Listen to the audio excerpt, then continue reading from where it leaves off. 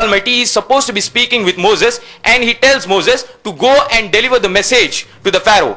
And in reply to it, when Moses asks, what should I answer to the Pharaoh if he asks me, who has sent you? So God Almighty, he says, say to him, I am has sent you.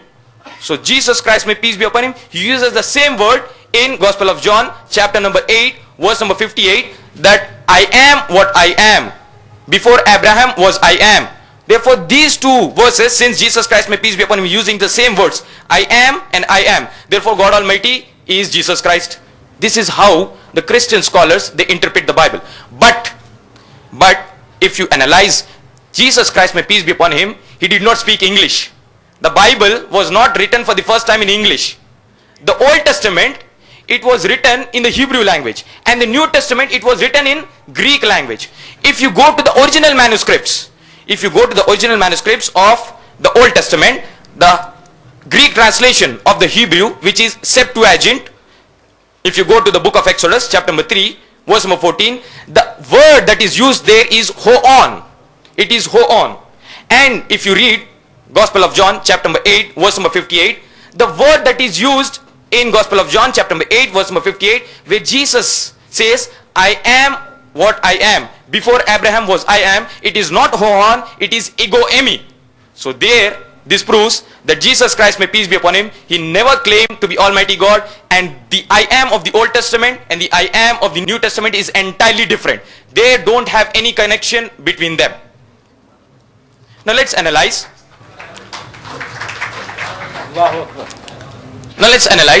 The second heading of the subject of my talk, that is the status of Mary, the mother of Jesus Christ, may peace be upon him. We come across the story of Mary and the esteemed position that she occupies in the house of Islam in Surah Al-Imran, Surah number 3, ayah number 42, where Allah subhanahu wa ta'ala says, and he informs us about the status of Mary, the mother of Jesus Christ, may peace be upon him, she occupies in the house of Islam. And Allah says, A'udhu billahi minash shaitanir rajim, Bismillahir Rahmanir Rahim. وَإِذْ قَالَتِ الْمَلَائِكَةُ يَا مَرْيَمُ إِنَّ اللَّهَ اسْتَفَاكِ وَطَهَّرَكِ وَاسْتَفَاكِ عَلَى نِسَاءِ الْعَالَمِينَ. And behold, the angel said, O Mary, Allah has chosen thee and purified thee and chosen thee above the women of all nations. I say such an honor given to Mary, the mother of Jesus Christ, may peace be upon him, is not to be found given to her even in the Christian Bible. The glorious Quran says, and it honors Mary by saying that she is the woman chosen above the women of all nations. What is the source of this beautiful and sublime message, which in its original Arabic moves men to ecstasy and tears? The source is the glorious Quran. There are certain people who are illogical, unreasonable, and skeptics of Islam who say that the source is Prophet Muhammad, may peace be upon him. Now, knowing it full and believing as we do that the glorious Quran is the 100% verbatim word of Almighty God, Allah subhanahu wa ta'ala, nevertheless, for the sake of argument, let us agree with this skeptic that the glorious Quran was authored by Prophet Muhammad, may peace be upon him. Now ask him a question, that does he have any second thought? Does he have any hesitation in agreeing that this man Muhammad, may peace be upon him, was an Arab? And he agrees to it. He has no other choice other than in agreeing that this man Muhammad, may peace be upon him, was an Arab. And this man Muhammad, may peace be upon him, an Arab, he was addressing his own people, the other Arabs. He was not addressing the Indian Muslims or the Chinese Muslims or the Nigerian Muslims. He was addressing his own people, the Arabs. And whether they agreed with him or not, he told them in the most beautiful and the sublime manner that Mary, the mother of Jesus, is a woman chosen above the women of all nations. A Jewish woman belonging to a race which had been looking down upon his people for the past 3,000 years. Why would the Prophet of Islam would go out of his way and honor a Jewish woman? Not his own mother, not his own sister, not even his daughter or wife, but Mary, a Jewish woman. Why? The answer is very simple. He had no choice. He was not speaking of his own desire. Allah subhanahu wa ta'ala says in the glorious Quran, in Surah Najm, Surah number 53, ayah number 3 and 4, وَمَا يَنْتِخُ أَنِ الْهَوَى إِنْ هُوَ إِلَّا وَحْيٌ يُوحَى. My prophet does not speak anything of himself, but whatever is revealed unto him. And do you know that there is a complete surah in the glorious Quran There is a complete chapter in the glorious Quran in reverence of Mary, the mother of Jesus Christ, may peace be upon him, by the title Surah Maryam. Surah Maryam, meaning chapter Mary, Surah number 19 of the glorious Quran. I again say, such an honor given to Mary, the mother of Jesus Christ, may peace be upon him, it is not to be found given to her even in the Christian Bible. Even in the 66 books of the Protestant Bible and the 73 books of the Roman Catholics, there are books named after Matthew, Mark, Luke, John, Peter, Paul, and 20 other obscure names, but there is not a single book that is named after Mary or his son Jesus Christ, may peace be upon him. This is the status which Mary, the mother of Jesus Christ, may peace be upon him, she occupies in the house of Islam. Now let's analyze the third heading of the subject of my talk, that is the birth of Jesus Christ, may peace be upon him. And we come across the announcement and the good news of the birth of Jesus Christ, may peace be upon him, in the glorious Quran, in Surah Al-Imran, Surah number 3, ayah number 45, where Allah subhanahu wa ta'ala says, is qalatil malaikatu ya Maryamu inna allaha yubashshiruki bi kalimatin min husmuhul masih Isa ibn Maryam, that O Mary, Allah gives you the glad tidings of a word proceeding from him. His name shall be Christ Jesus, the son of Mary. When this announcement, when this good news was given to Mary about the birth of Jesus Christ, and when she was told that her unborn child will be known as the Messiah, she responds, she says, she reacts that, oh my Lord, how shall I have a son when no man has touched me?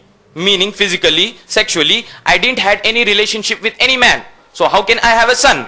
So in the angels, in reply to the Mary's plea, they say in Surah Al-Imran, Surah number 3, ayah number 47, they say, Iza qaza amran fa innama yaqulu lahu kun fayakun. Even so, Allah creates whatever He wills. Whenever He decrees a matter, He says to it, kun, be, and it comes into being.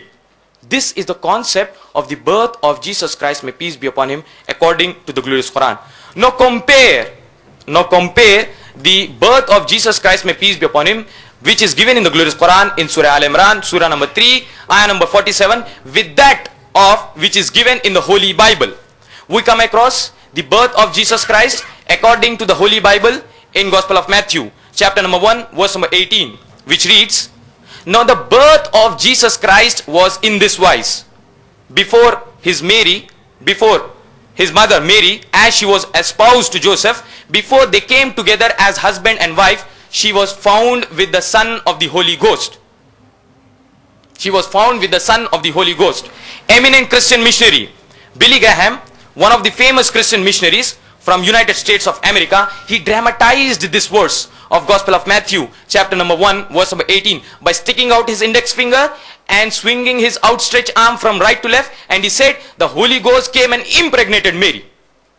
This is what the interpretation that is done by the eminent Christian missionary Billy Graham.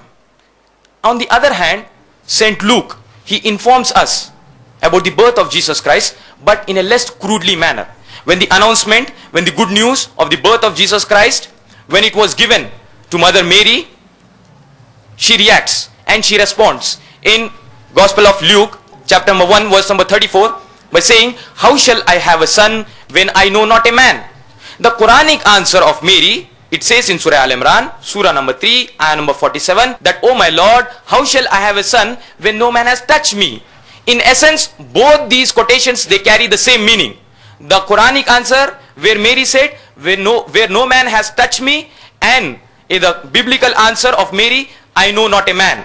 Both the quotation, they carry the same meaning. It is only the difference of the different choice of words. But the respective replies given to Mary by the angels, they reveal the difference of chalk and cheese. They reveal the difference of heavens and earth.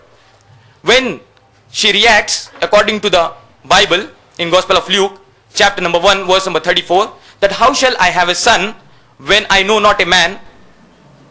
The angels in reply, they say, according to Gospel of Luke, chapter number 1, verse number 35, that the Holy Ghost shall come upon thee, and the power of the Most High shall overshadow thee.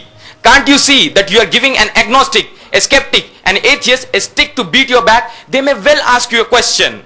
How did the Holy Ghost come upon Mary? How did the power of the Most High overshadowed Mary? Because the language that is used here is most distasteful.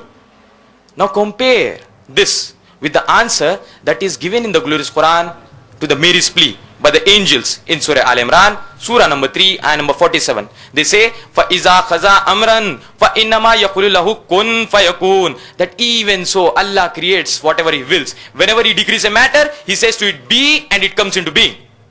This is the concept of